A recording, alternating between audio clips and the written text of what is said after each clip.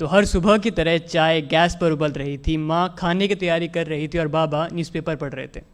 मेरे स्कूल के सारे ही दोस्त पिकनिक पर जा रहे थे and like every other convent school you had to submit a fees beforehand. And बात मानिए, आज से 8 साल पहले एक मिडिल क्लास फैमिली के लिए 800 रुपये बहुत बड़ी अमाउंट थी। तो मैंने बड़ी हिम्मत करके अपने बाबा से परमिशन मांगी। मैंने पूछा, बाबा क्या मैं जा सकता हूँ? उन्होंने पहली बार में तो कोई जवाब नहीं दिया। तो मैंने अपना सवाल फिर से पूछा। इस बार उन्होंने न्यूज़पेपर हल्का सा नीचे करा, मुझे देखा और मना कर दिया। बाबा की आज तक कोई बात नहीं काटी थी, लेकिन उस दिन मैं अपने बचपने में ज़िद करने लगा। मैंने कहा, बाबा जाने दो ना, सब जा रहे हैं। उन्होंने गुस्से में कहा, मना कर दिया ना एक बार, समझ में नहीं आता। मैंने भी तैश में स्कूल बैग उठाया, साइकिल निकाली और फ़ौरन स्कूल चलाया। जब स्कूल पहुंचा तो देखा मेरे सारे फ्रेंड्स साइड में बैठ के प्लानिंग कर रहे थे और मैं बस ये सोच रहा था कि कैसे माँ बाप हैं यार, अपने बच्चे की खुशी नहीं देखी जाती। गुस्से में न जाने क्या क्या अनाप शनाप बोल रहा था। खैर, वापस आने का रास्ता था जो महज 15 मिनट का था, उस रोज़ 1 घंटे में तय करा था। जब घर पहुंचा तो माँ ने पूछा, आज लेट कैसे हो गया? मैंने उन्हें कोई जवाब नहीं दिया। वो समझ गई थी कि मैं नाराज़ हूँ। उन्होंने मुझे समझाया भी, लेकिन मैं अपने बचपने में किसी की सुन कह रहा था।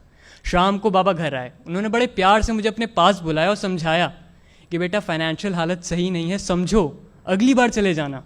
लेकिन मैं अपने बचपने में और गुस्से में न जाने क्या क्या अनाप शनाप बकने लगा। शायद इतना कि उनका हाथ उठ गया था मुझ पे। वो गुस्से में बोले, न जाने कब बड़ा होगा ये, हर वक्त ज़िद, हर वक्त बचपना। उस रात में खूब रोया था, शायद इतना कि रोते रोते खाली पेट ही सो गया था। जब रात में भूख से हल्की सी आँख खुली तो देखा माँ बाबा बात कर रहे थे। माँ ने बाबा से कहा, भेज देते हैं ना, साल में एक बार ही तो जाता है, वो भी खुश हो जाएगा।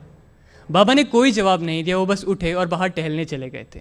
अब मुझे रात भर उतावलेपन में नींद तो नहीं आने वाली थी कि शायद अब सुबह पैसे मिल जाएंगे और मैं पिकनिक पर जा पाऊँगा। सुबह हुई, बाबा मेरे पास आए। उन्होंने मुझे पैसे थमाए और कहा, ये लो, पिकनिक पर चले जाना। एक पल को मेरी खुशी का ठिकाना नहीं था। मैंने फ़ौरन साइकिल निकाली और स्कूल की तरफ चल दिया। घर से थोड़ा दूर पहुंचा था कि याद आया, जो तावलेपन में लंच तो घर भूल गया है। वापस घर आया तो देखा माँ बाबा फिर से बात कर रहे थे। माँ ने बाबा से पूछा, पैसे कहाँ से आए? बाबा ने कोई जवाब नहीं दिया। माँ ने फ़ौरन बाबा की सूनी कलाई देखी और कहा, घड़ी बेच दी क्या? बाबा ने कहा, क्या फालतू की बातें कर रही हो, ऑफिस के लिए लेट हो रहा है, खाना बांध दो। मैं अभी भी दरवाजे पर सुन्न खड़ा था, आंखों में आंसू लिए बस यही सोच रहा था कि सही में बाबा ने मेरी खुशी के लिए दादाजी की आखिरी निशानी भी बेच दी।